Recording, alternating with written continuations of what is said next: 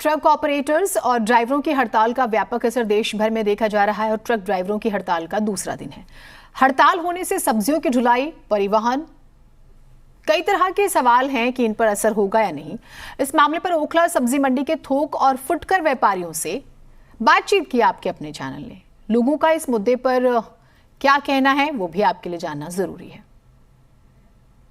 Hit and run कानून को लेके चक्का जाम है और कई जगह ट्रकों की हड़ताल की वजह से कई मंडियां महंगी हो चुकी हैं। इस समय हम दिल्ली के ओखला मंडी में खड़े हुए हैं, जहां पर आपको डेली पहुंचने वाले ट्रक, जो यहाँ के आड़ती हैं, थोक के व्यापारी हैं, उनका माल लेके जो यहाँ ट्रक पहुंचते थे वो ट्रक नहीं पहुंचे हैं, जिसके कारण से कल से और आज में कई चीजों में रेट्स का अंतर आया है। यहाँ के फुटकर व्यापारी भी इस चीज को कह रहे हैं कि कल से लेकर आज तक, चाहे मटर हो, गाजर हो, शिमला मिर्च हो, गोभी हो या ब्रोकली हो, हर चीज में 10 से 15 रुपए का अंतर आया है। और अगर कल भी गाड़ियां नहीं पहुंचती हैं तो ये शायद दुगना अंतर देखने को मिल सकता है।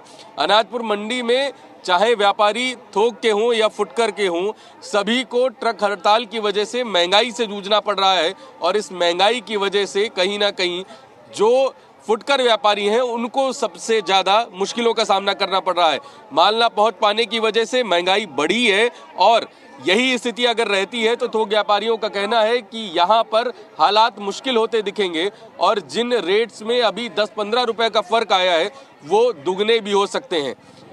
इस पूरी हड़ताल को देखते हुए कहीं ना कहीं सरकार भी लगातार प्रयास कर रही है कि ट्रक एसोसिएशन से बातचीत हो जाए, लेकिन फिलहाल जैसी स्थिति भारत की तमाम मंडियों में बनी हुई है और खासकर दिल्ली की जो मंडी है वहाँ पे जो स्थिति हाई रेट्स की बनी हुई है वो वाकई में चिंताजनक है। और अभी फिलहाल यहाँ पर किसी भी तरीके की राहत मिलती नहीं दिखाई दे रही और थोक के व्यापारियों का कहना है कि अगर ट्रक समय पे नहीं पहुँचते तो रेट्स का अंतर काफ़ी दिखाई दे सकता है। आदित्य प्रताप सिंह, जी मीडिया, नई दिल्ली। बाजार में कितना फर्क पड़ रहा है इस स्ट्राइक का, ये जानना बहुत ज़रूरी है और खासकर उन लोगों से जो इस पूरे व्यापार के थोक व्यापारी हैं। ऐसे ही एक जगमोहन जी हैं, थोक व्यापारी हैं ओखला मंडी के, उनसे हमने बात की तो वो वाकई में उनका जो समझाना है या वो जो बता रहे हैं वो थोड़ा सा उन लोगों से अलग है जो शायद फुटकर का व्यापार कर रहे हैं या जिनके पास माल थोड़ा सा फिल्टर होके पहुंच रहा है। हमारे साथ बात करने के लिए जगमोहन जी हैं।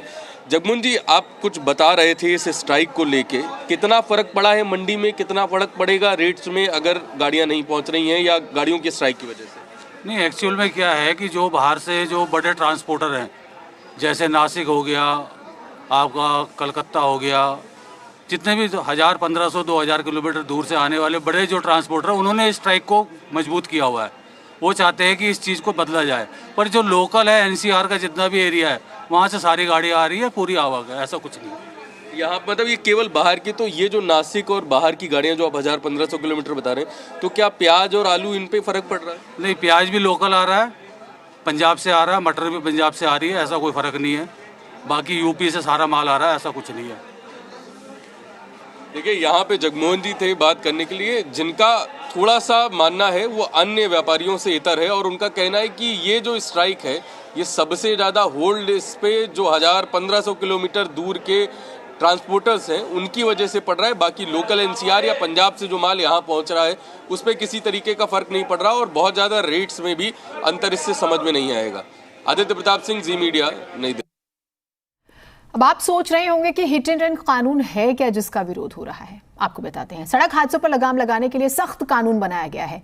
हादसे की सूचना ना देने पर सख्त सजा होगी। एक्सीडेंट के बाद फरार होने पर भी सख्त सजा है, 10 साल तक जेल, 7 लाख रुपए जुर्माना। हादसे की जानकारी आरोपी खुद पुलिस को दे, जानकारी देने पर सजा कम हो जाएगी। तो ये एक सख्त कानून बनाया गया है। ड्राइवर कहते हैं कि हिट एंड रन के मामलों में विदेश की तर्ज पर सख्त प्रावधान लाया गया है। इसे लाने से पहले विदेश की तरह बेहतर सड़क और परिवहन व्यवस्था भी सुनिश्चित कर देते तो बेहतर होता। उधर ऑल इंडिया मोटर ट्रांसपोर्ट कहती है ड्राइवर नौकरी छोड़ रहे हैं। देश भर में पहले से ही 25 से 30% ड्राइवर्स की कमी है।